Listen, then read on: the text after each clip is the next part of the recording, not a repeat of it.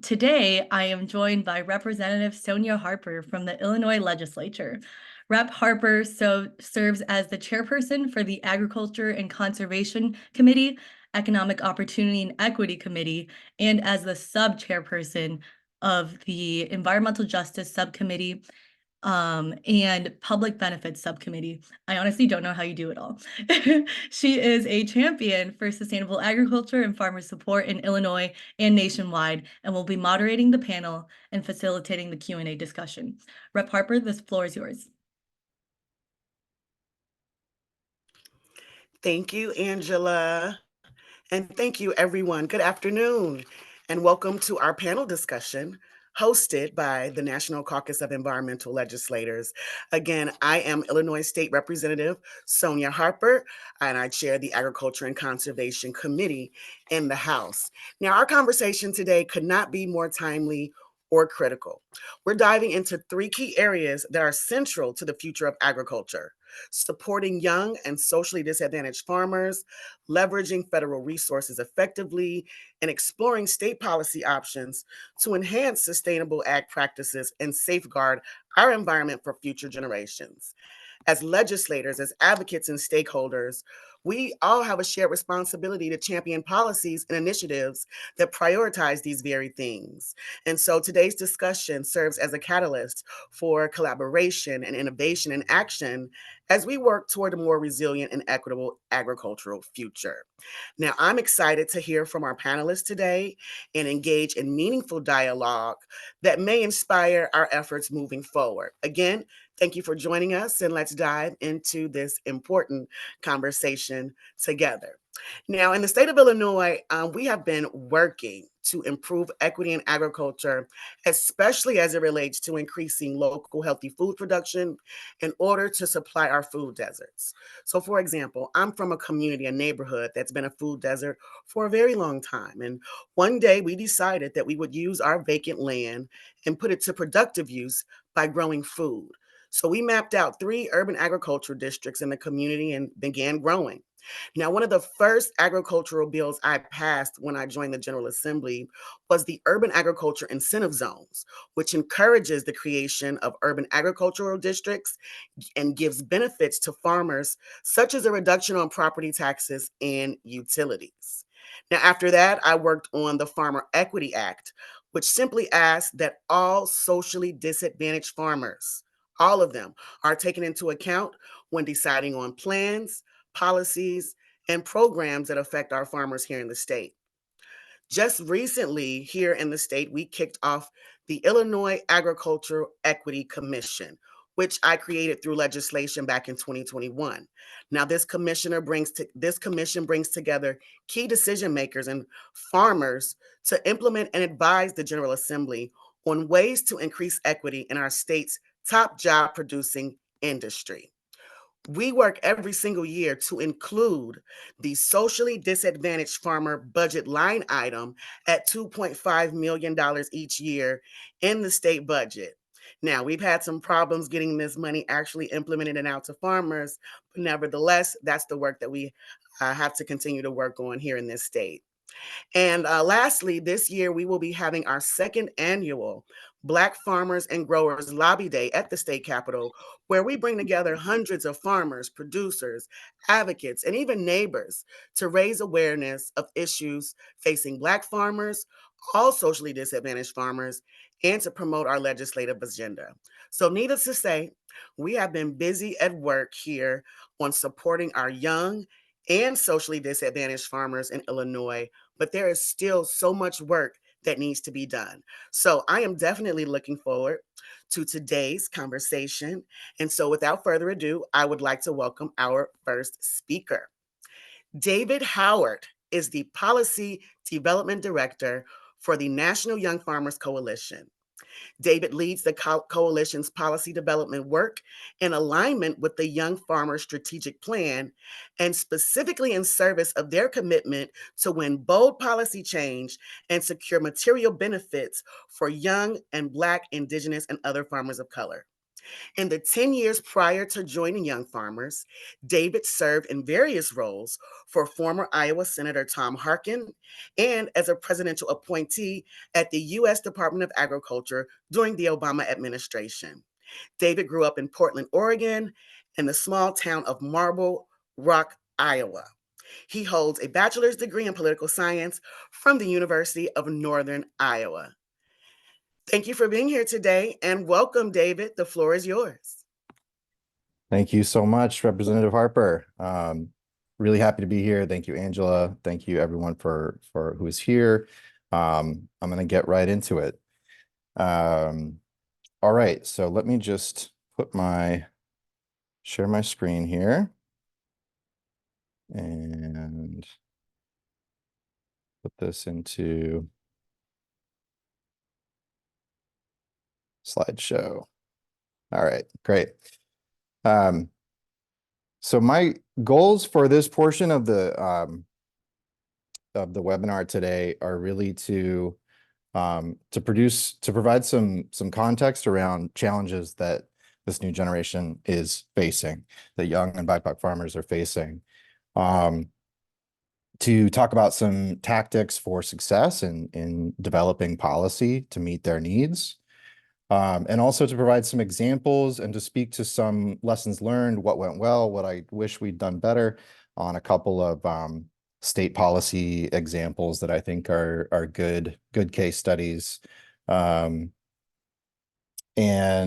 generally, I just am, I think overall my goal is to advance the conversation, right? Like this is, as Angela pointed out, these are issues that have been really critical for decades and decades and remain to be critical and will be. And there will always be a new and next generation with unique needs, right? And so I think the underlying sort of framing that I would want to have you take away is that every step of the way, right? Like the goal should just be to advance the conversation and move things forward as best we can, trying to get to where we know we need to be, which is a more just system for food and agriculture in this country.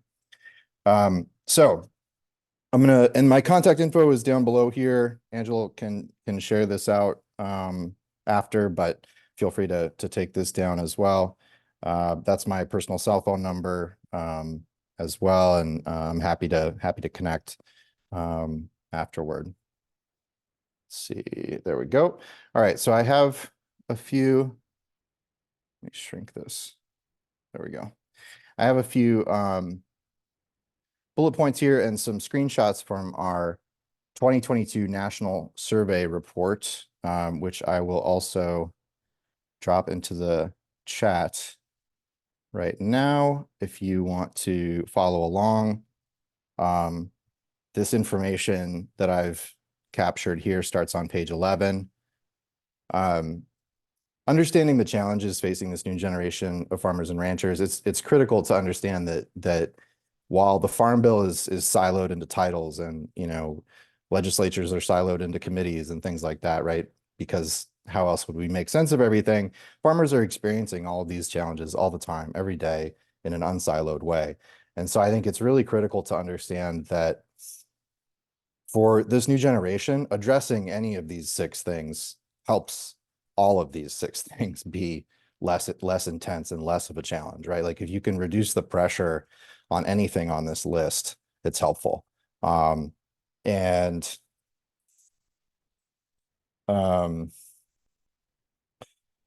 other thing that I really want to highlight here, if you see over on the right side, I think this information is on page 12 of our report. When we surveyed young farmers across the country for the 2022 report, 97% identified their farms as farming sustainably, and I think that really speaks to the fact that if you're thinking about policy change to incentivize sustainable agriculture, simply addressing any way you can, anything on this list is going to help meet that goal, because this generation is already values aligned to investing in sustainable agriculture, and they're doing it whether or not they have programmatic support from local, state, federal resources. So addressing land access, addressing capital access, healthcare, like all of these things are going to help improve environmental gains in agriculture as well.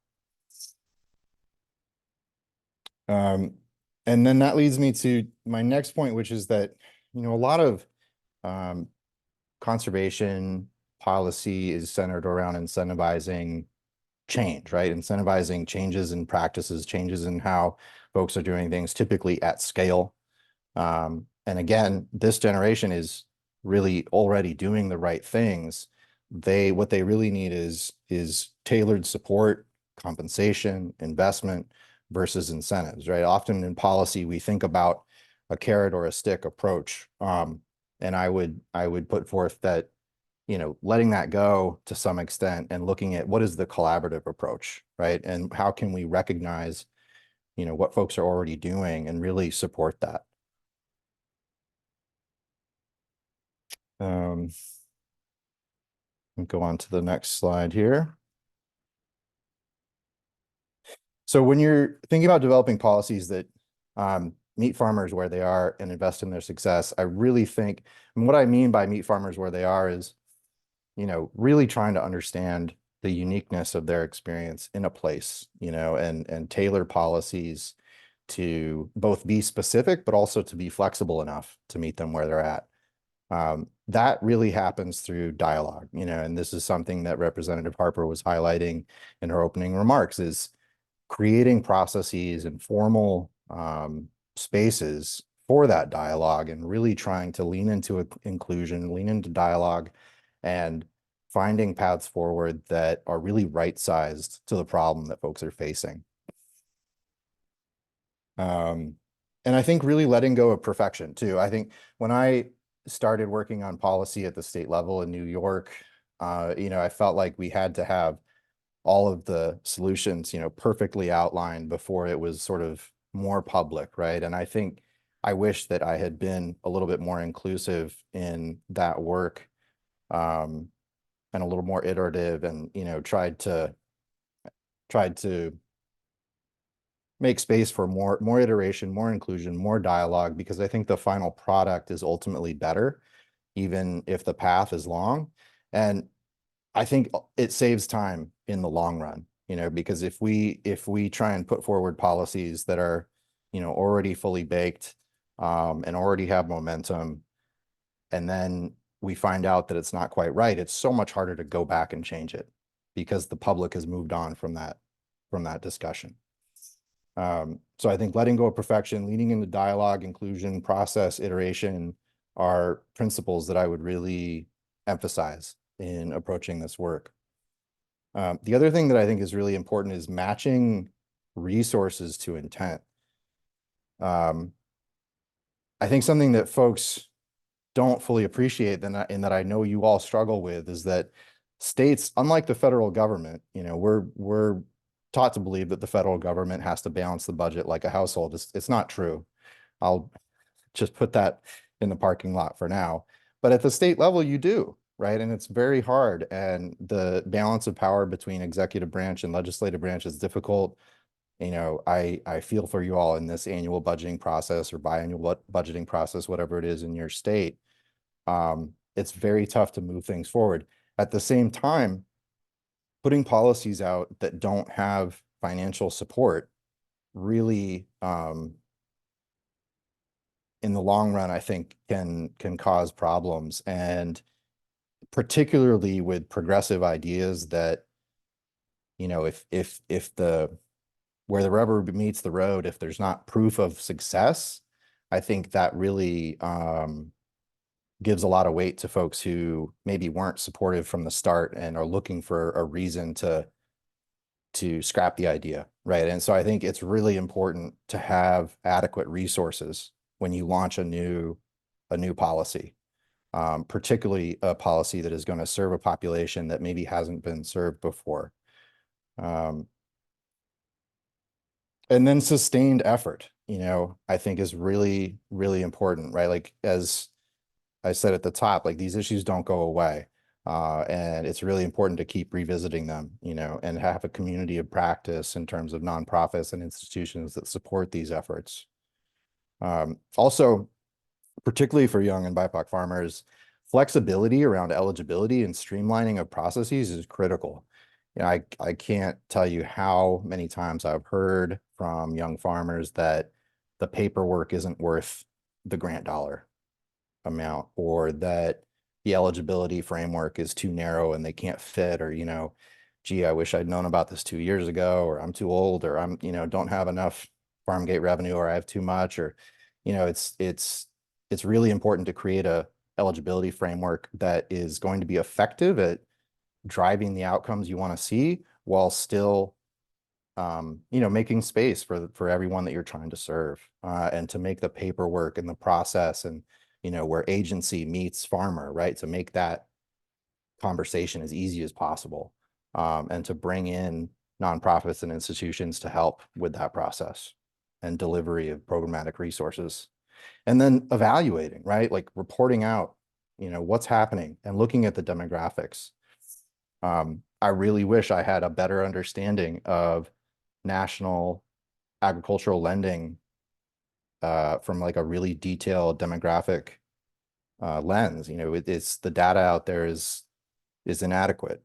That's something that we talk about a lot, is, you know, we need better data to make better policies. The USDA total survey that looks at land tenure was last done in 2014. You know, we have been fighting for appropriations to get that done. I think at the state level, we need similar efforts to really look at the real facts of what's happening, and to keep investing in that research, because otherwise our policies are going to be based on an incomplete picture.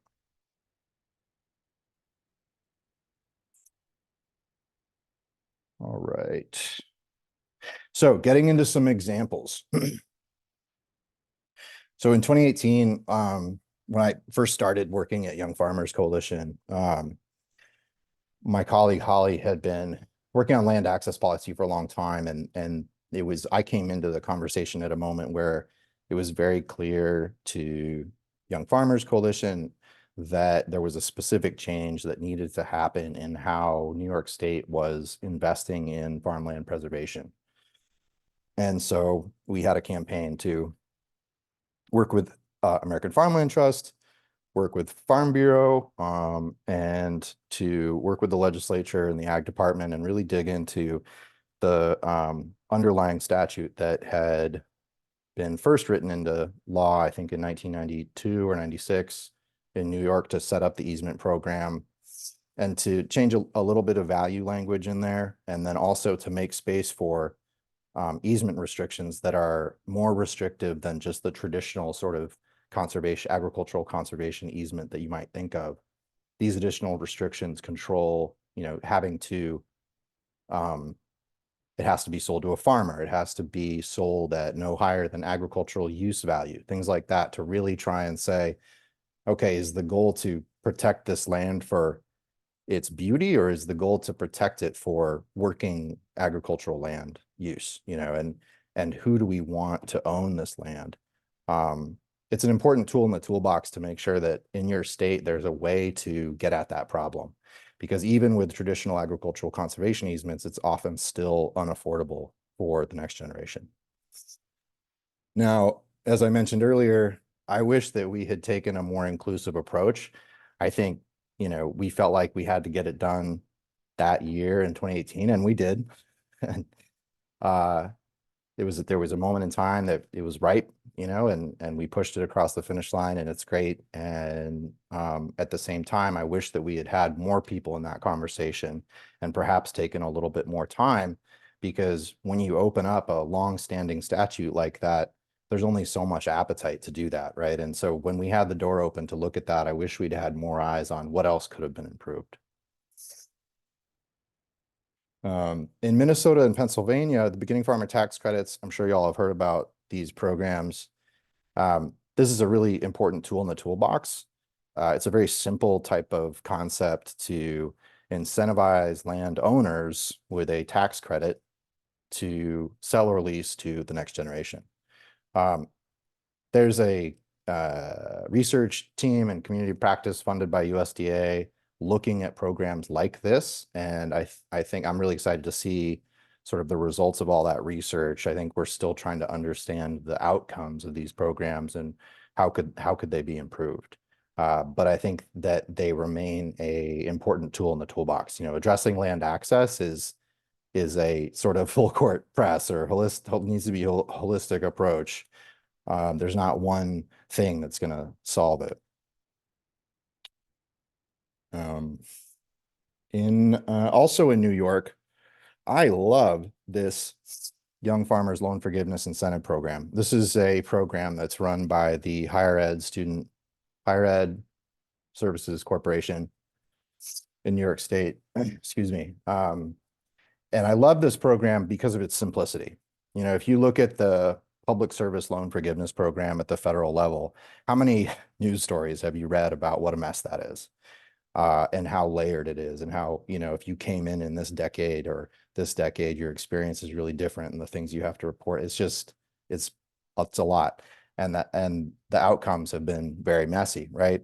This program is super simple. You know, if you have debt from an institution of higher education within the geography of New York State, and you are farming, you're eligible.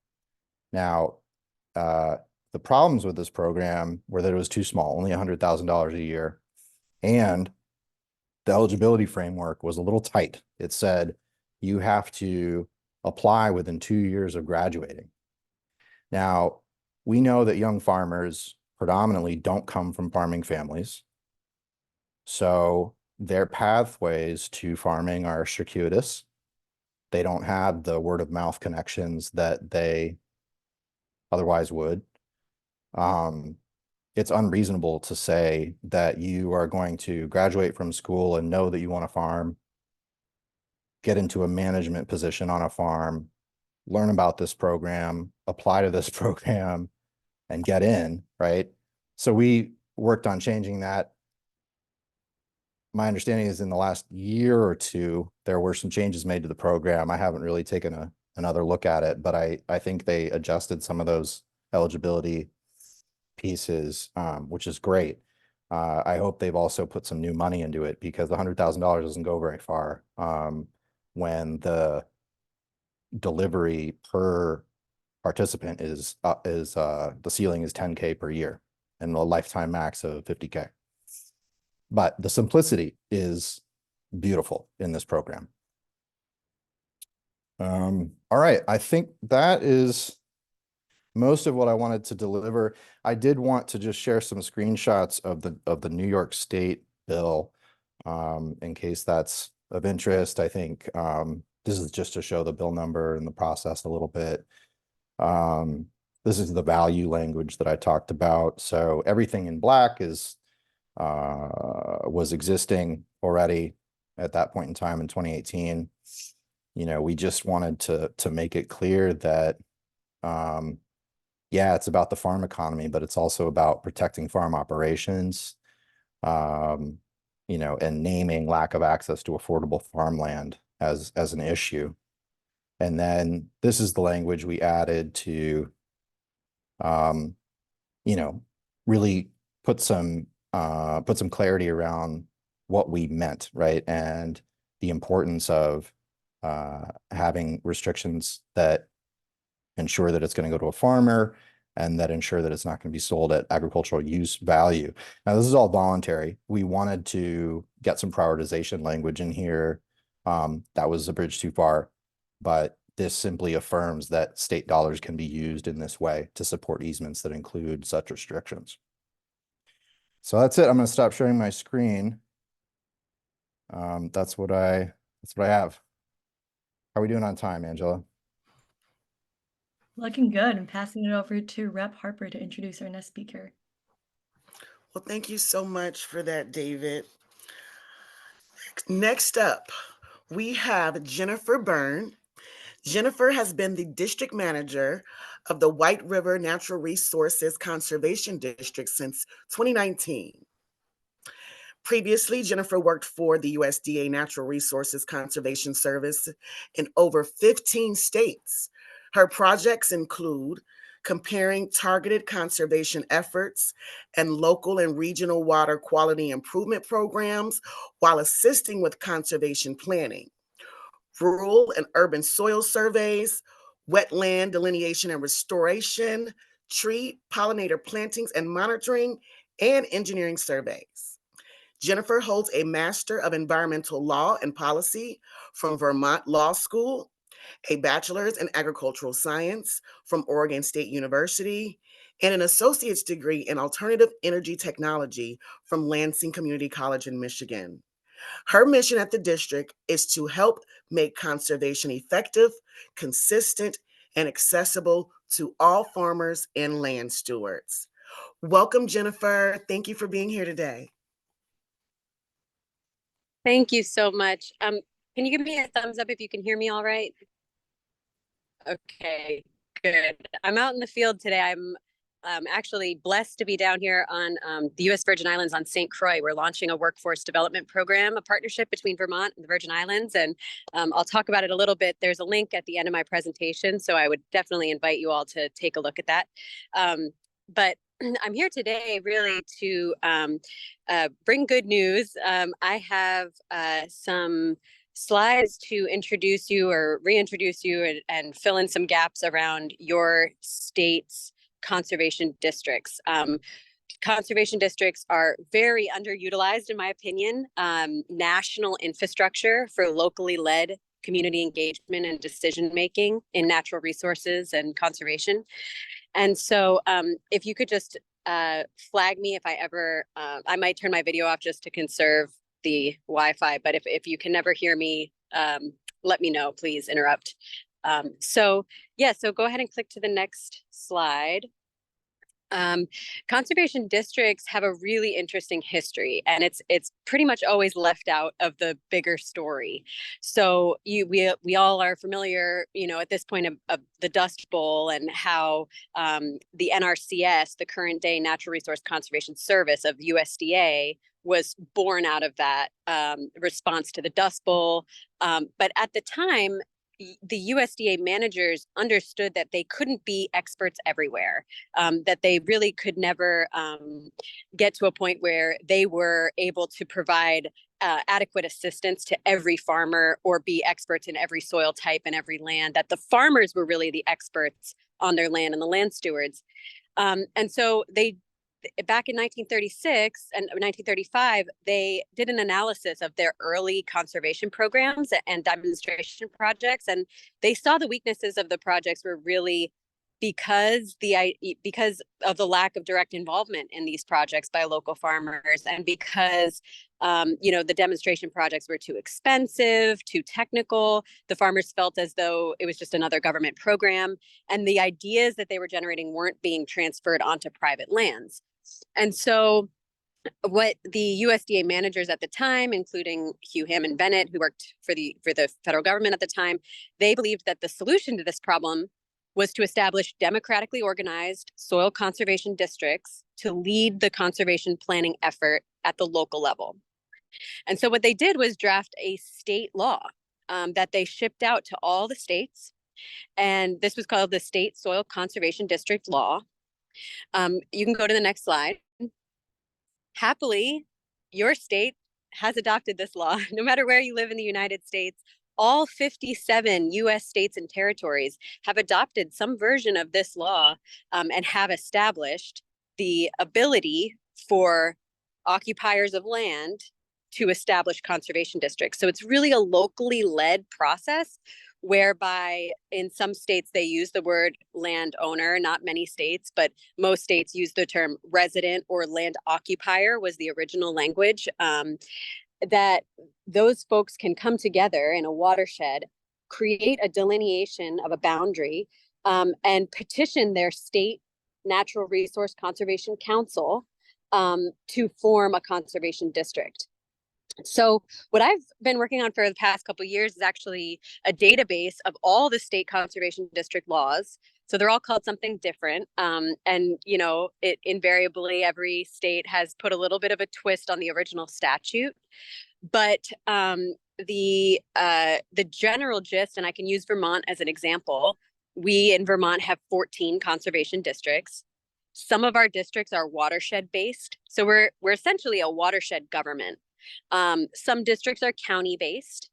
And depending on your state and the boundaries and how folks, petition to form their district, it's all dependent. And each state is unique, meaning each district winds up being unique. So, no one can speak for all the districts. It's really the local folks who run it. But right now there are over 3,000 conservation districts across the country.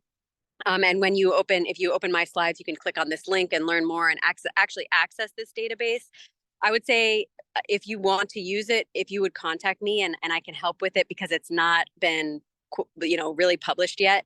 We're still doing some final verifications and everything like that, but it is a resource. And it's been really helpful for us in Vermont as we look at our conservation statute, our Soil Conservation Act, and see how can we sort of brush it up a little bit, bring it into the modern day. This is a law that was written in the 30s, and by and large forgotten about.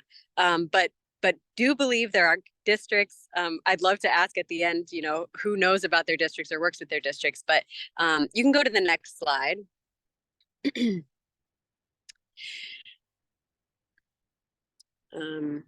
It's not switching for me. I'm not sure. Is it switching for you all? Yes, it should be the powers and duties slide. Is that the right one? Oh, sure. Okay. So in general, this is what districts can do. We hold democratic elections for our boards of supervisors. So for example, my district is run by 5 democratically elected residents of my district. We conduct natural resource surveys. We can actually own land tax-free. A lot of states have districts that manage land, manage farmland. We can propagate seeds and trees. A lot of districts do native plant sales and tree sales. And some districts still have the ability to promulgate rules. 20 states still have that ability. So at the district level, we can create land use rules, natural resource rules. And again, this is all locally led. This little tag on the side here was all that was left on my desk when I took this job. And at the time, I had been working and volunteering for USDA across the country to really get a sense. I really wanted to figure out how this money flows to farmers. And what I found were a couple leverage points on how, to get more influence on how policies are written. It was very evident when I started with NRCS that a lot of policies are just not written by the people who are impacted by those policies, by farmers. And so I'm going to talk a little bit next about some of those leverage points and how the conservation district plays a really key role in decision-making processes at the federal level, and how we could really be more of I believe, districts and the overarching council, the state council, could be a bigger asset in most cases, in most states. Okay, next slide. There's a bit of a delay for me, so maybe you could just tell me what it is and I can No worries. It says locally led conservation is defined in federal statute, rules, and guidance. Right. Exactly. So this was I was really excited when I found this guidance document, because for many years I was operating without it. And in fact, the locally led conservation process is defined in statute, rules, and guidance. These are both links, and I really encourage you to click on these links. But you'll see that, part of the process is public involvement in a conservation needs assessment that's run by the district and invites in the local community. And then developing a conservation action plan for your district, which again, a lot of public involvement in that, and making priorities, making recommendations for programs from a local level with farmers at the table. And then over on the right side of the screen, the local working groups. I'm going to go into this in more detail on the next slides and tell you why the local working groups are really important to understand as a function, and something that more folks could be involved in. So you can go to the next slide. I will say about this whole locally led conservation process, this is what they call an unfunded mandate. And most districts across the country are not funded to do this work. We're supposed to be in a sisterhood with USDA, but USDA doesn't really give districts money to function because we are subdivisions of state government. And that's where it gets really confusing, where technically districts are municipalities. At least in Vermont, that's true. But really, we are a subdivision of the state government. We are not the federal government. We're local government. And so that's why it's really hard for us, funding wise. For me, I operate mostly on grants. We get a tiny little bit of state appropriations that we're really trying to, get a little bit more. Other states get taxes. There's plenty of examples of states across the country who receive, Oregon gets some lottery money. Nevada, they manage the dams, I believe. So there's lots of examples of districts having, a dedicated source of funds. But I would say by and large, this whole community engagement process is not paid for. And really, we have all the guidance in the world, but do we have the capacity to do it? That's kind of the question. And we could and we should. And so the local working groups are subcommittees of the state technical committee. And it's really important to understand that your state technical committee exists. And so I know I'm speaking to state legislators right now. And so this is actually a federal process. This informs the federal government, the USDA, on their decision making. And so, but this is a committee that meets quarterly in your state. No matter what state you're in, you have a state technical committee.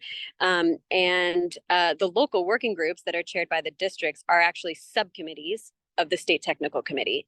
And so this is how local needs and local input gets packaged up in theory and sent up the chain to the state technical committee to inform the USDA and state agencies, again, in theory, about local priorities. And the direct influence that we can have is on the ranking questions in federal funding priorities, the actual language of the conservation practice standards, and the payment rates. You can go to the next slide.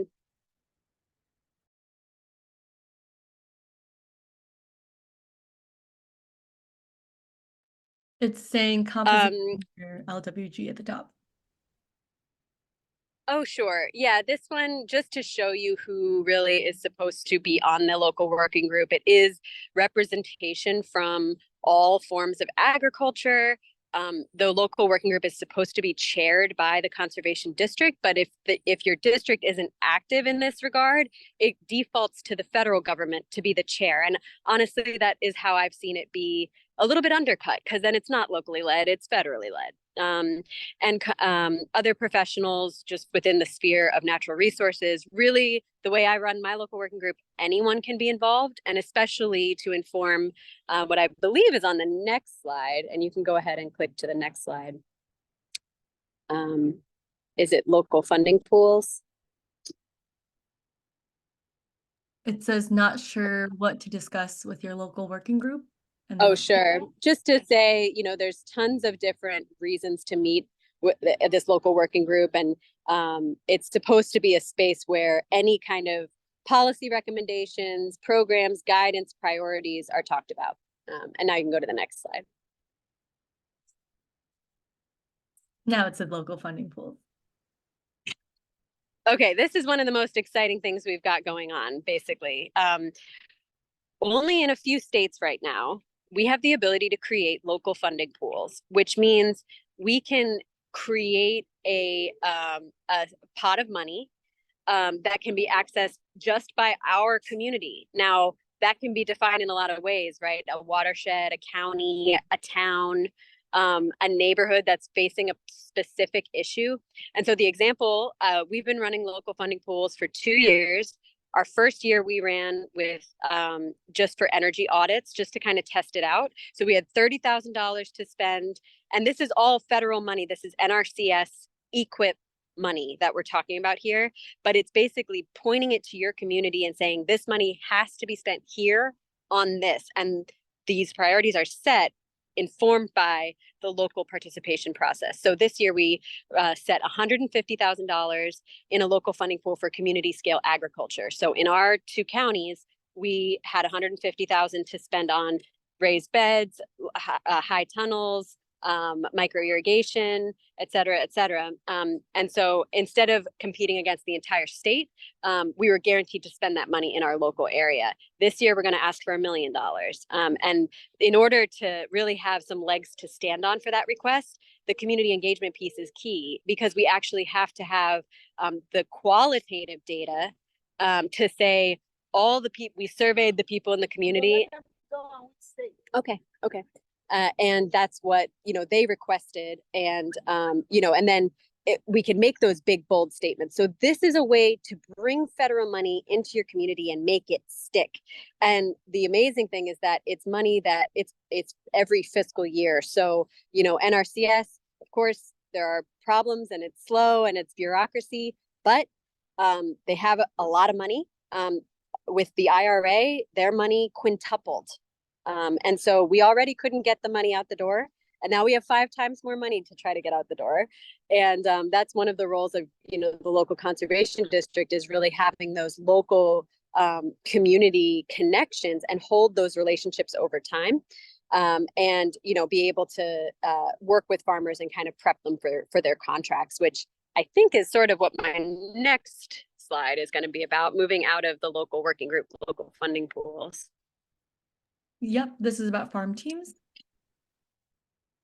Yes.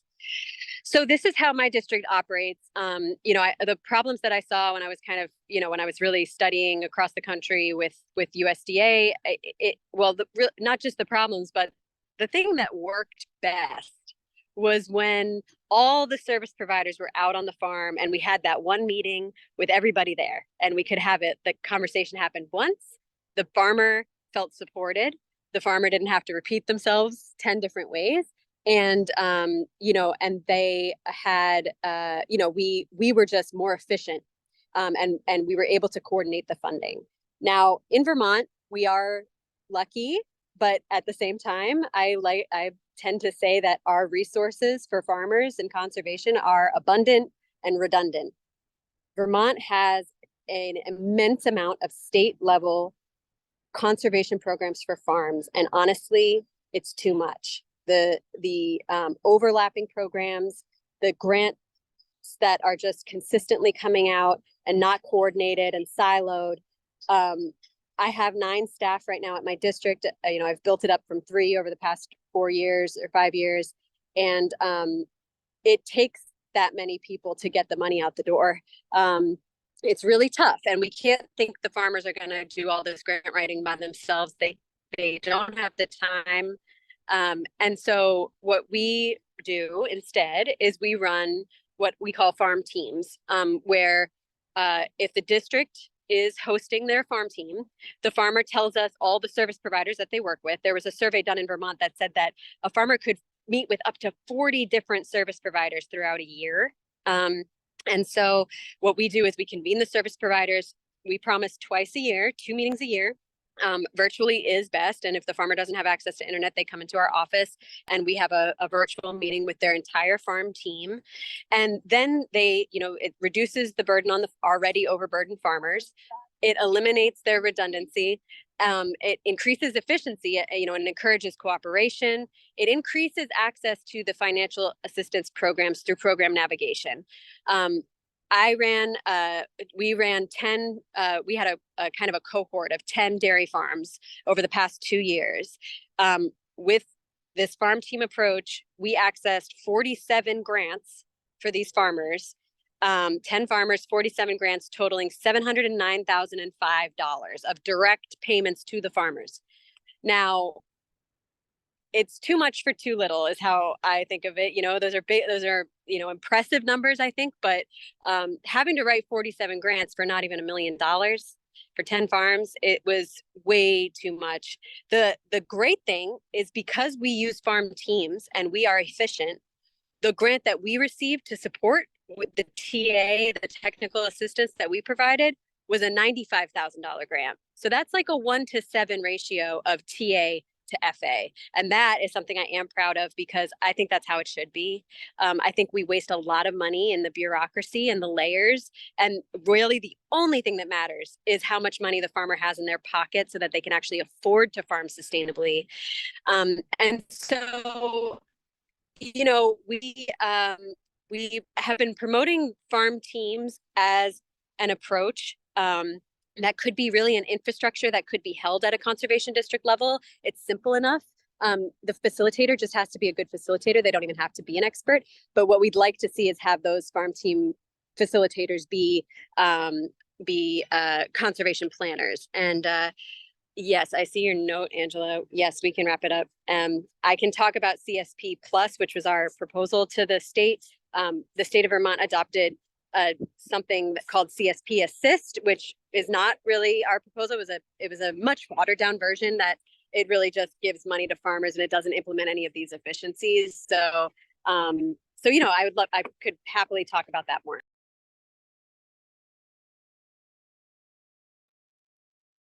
Perfect. Thank you so much, Jennifer. That was very interesting. And I'm going to pass it off to Rep. Sonia Harper to moderate the Q&A section and close us off. Sure.